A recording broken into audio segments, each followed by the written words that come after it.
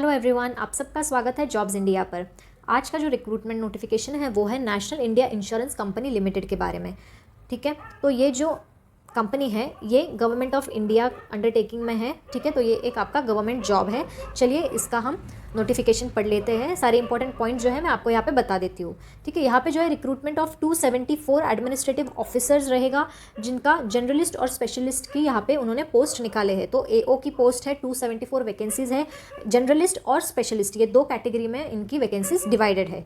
ठीक है, important dates देख लेते हैं। यहाँ पे ऑनलाइन रजिस्ट्रेशन है तो वो 2 जनवरी 2024 से स्टार्ट हो चुका है। लास्ट डेट ऑफ एप्लीकेशन जो है वो है 22 जनवरी 2024। ठीक है, 22 जनवरी तक आप यहाँ पे अप्लाई कर सकते हैं। उसके बाद जो है एग्जामिनेशन के जो डेट्स है वो यहाँ पे टू बी नोटिफाइड लेटर, मतलब ये बाद में आपको पता चल जाएंगे। ठीक है, तो चलिए देखते हैं हम। एप्लीकेशन जो है ऑनलाइन मोड ही रहेगा। एप्लीकेशन का जो लिंक है मैं आपको डिस्क्रिप्शन बॉक्स में डाल दूंगी। ये नोटिफिकेशन का लिंक भी मैं डिस्क्रिप्शन बॉक्स में डाल दूंगी। आप इजीली वहाँ से जाके नोटिफिकेशन चेक कर सकते हैं और अप्लाई भी जाके कर सकते हैं। चलिए तो वैकेंसीज़ की बात करते हैं। यहाँ पे डिसिप्लिन दिए हैं उन्होंने, नंबर ऑफ पोस्ट दिए हैं और कैटेगरी वाइज उसका जो है डिस्ट्रीब्यूशन दिया है। तो स्पेशलिस्ट की जो वैकेंसीज है, स्पेशलिस्ट की जो पोस्ट है उसमें डॉक्टर्स के लिए नंबर ऑफ पोस्ट 28 है, लीगल के लिए 20 है, फाइनेंस के लिए 30 है, एक्चुरियल के लिए 2 है, आईटी के लिए 20 है, ऑटोमोबाइल इंजीनियर्स के लिए 20 है और हिंदी राजभाषा ऑफिसर्स के लिए 22 पोस्ट है यहाँ पे। जिसमें जनरल के कैंडिडेट्स के लिए 57 वैकेंसीज़ है, ओबीसी के लिए 33 है, एससी के लिए 26 है, एसटी के लिए 12 वैकेंसीज़ है, ईडब्ल्यूएस के लिए 14 वैकेंसीज़ है और यहाँ पे जो है पीडब्ल्यूबीडी के लिए यहाँ पे वैकेंसीज़ उन्होंने अलग से बताई है। उसके बाद जो है जनरलिस्ट की कैटेगरी, उसके लिए नंबर ऑफ पोस्ट 130 है, जिसमें जनरल के लिए 68, ओबीसी के लिए 24, एससी के लिए 18, एसटी के लिए 7 और ईडब्ल्यूएस के लिए 13 वैकेंसीज़ है और बैकलॉग के लिए यहाँ पे 2 पोस्ट दी है एसटी के कैटेगरी में। ठीक है, तो ये है वैकेंसीज़ आपकी पोस्ट वाइज, डिसिप्लिन वाइज और कैटेगरी वाइज। चलिए नीचे और देखते हैं इनका जो क्वालिफिकेशन क्या लगेगा इनको। तो यहाँ पे candidate can apply for any one discipline only, एक ही डिसिप्लिन में आप अप्लाई कर सकते हैं। या तो आप स्पेशलिस्ट के लिए अप्लाई कर सकते हैं या फिर आप जनरलिस्ट के लिए अप्लाई कर सकते हैं। ठीक है, तो ध्यान दे के अगर जहाँ पर आपको पता है कि यहाँ पे आपका क्वालिफिकेशन अच्छा है तो वहीं पे आप जाके अप्लाई कीजिए। ठीक है, उसके बाद जो है सैलरी की बात करते हैं। यहाँ पे बेसिक पे जो है उनका 50,000 है और टोटल जो है उनका अप्रॉक्सीमेटली 85,000 रुपीज़ पर मंथ जो है आपका सैलरी रहेगा। ठीक है, उसमें सारे बेनिफिट्स भी है, पेंशन्स है, ग्रेचुइटी है, उसके बाद एलटीएस है, मेडिकल बेनिफिट्स है, तो बहुत सारी बेनिफिट्स भी आपको यहाँ पे मिल रही है। तो यहाँ पे 85,000 आपका पर मंथ सैलरी रहेगा अप्रॉक्सीमेटली। उसके बाद जो है एजुकेशन क्वालिफिकेशन की बात करते हैं। एज ऑन 1 दिसंबर 2023 उनको जो है आपका सर्टिफिकेट, आपका जो क्वालिफाइंग एग्जामिनेशन का जो सर्टिफिकेट है वो आपके पास 1 दिसंबर 2023 के पहले जो है आपके पास होना चाहिए। तो देखते हैं अभी डॉक्टर के लिए मिनिमम क्वालिफिकेशन एमबीबीएस चाहिए या फिर एमडी या एमएस या पीजी मेडिकल डिग्री चाहिए उनको, या फिर उनका equivalent foreign degrees which are recognised as such by National Medical Commission. ठीक है, उसके बाद furthermore the candidate must be holding a valid registration from National Medical Commission. ठीक है, और एनी स्टेट मेडिकल काउंसिल। ठीक है, तो ये भी उनको चलेगा।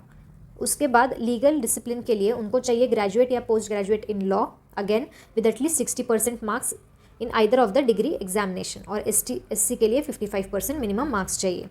फाइनेंस के डिसिप्लिन को अप्लाई करने के लिए आपके पास होना चाहिए चार्टर्ड अकाउंटेंट का सर्टिफिकेट या फिर कॉस्ट अकाउंटेंट, और बीकॉम या एमकॉम भी चलेगा विद एटलीस्ट 60% मार्क्स।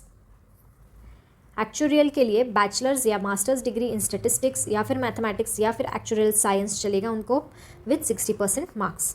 आईटी के लिए उनको चाहिए BE, BTech, ME, MTech in computer science, information technology या फिर एमसीए।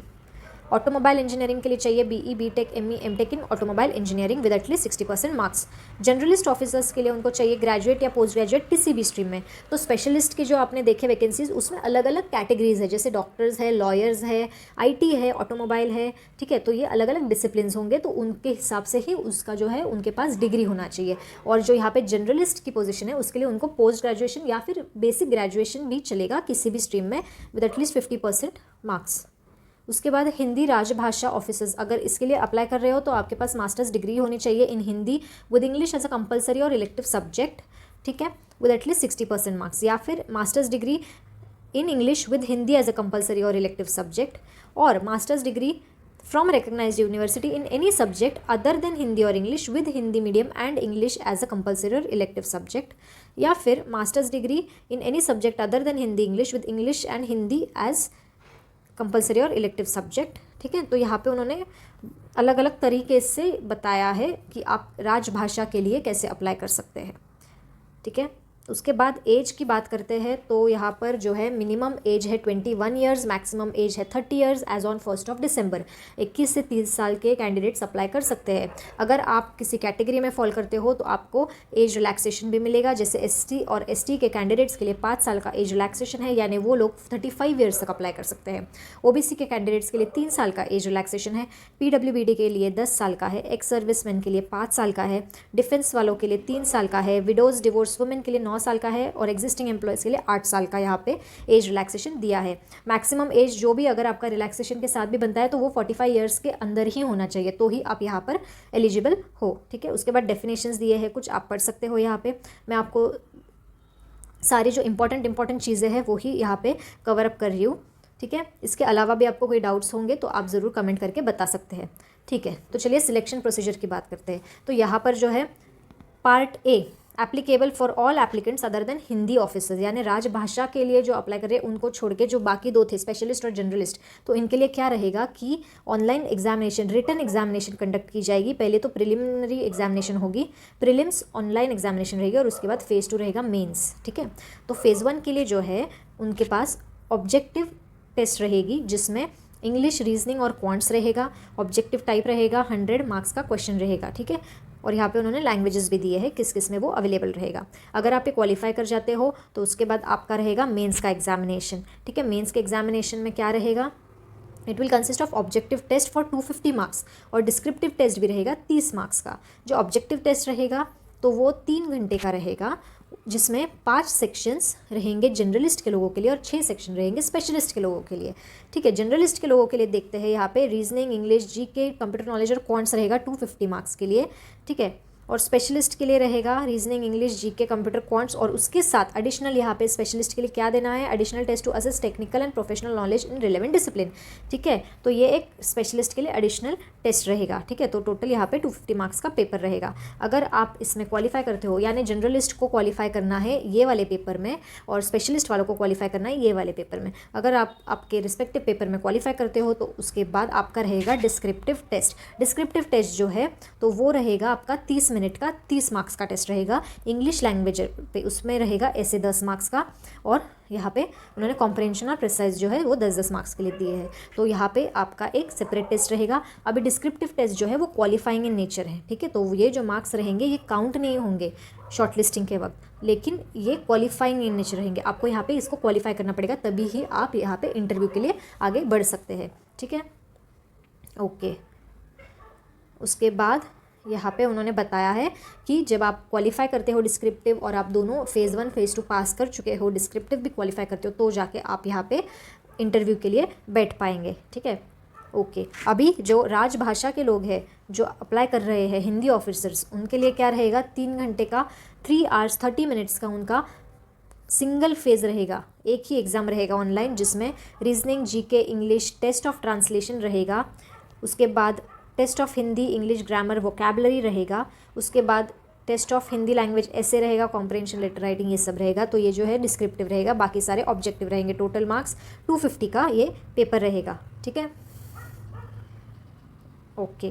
तो आप यहाँ पे देख सकते हैं पूरी जानकारी। उसके बाद अगेन यहाँ पे जो भी डॉक्यूमेंट्स आपको लगने वाले हैं एग्ज़ाम को जाने के लिए वो सब बताए हैं। एक बेसिक उन्होंने डिटेल में इंफॉर्मेशन दिया है। उसके बाद इंटरव्यू के बारे में बताया है। ठीक है, डॉक्यूमेंट्स के बारे में बताया है, तो आप ये पढ़ सकते हो। एप्लीकेशन फ़ीस मैं आपको बता दूँ, यहाँ पे एप्लीकेशन फ़ीस जो है SC ST और PWBD के कैंडिडेट्स के लिए 250 रुपीज़ जो है यहाँ पे फ़ीस है। ठीक है, GST इंक्लूसिव है यहाँ पे, और बाकी के जो कैंडिडेट्स है other than SC ST PWBD उनके लिए 1000 रुपीज़ फ़ीस है।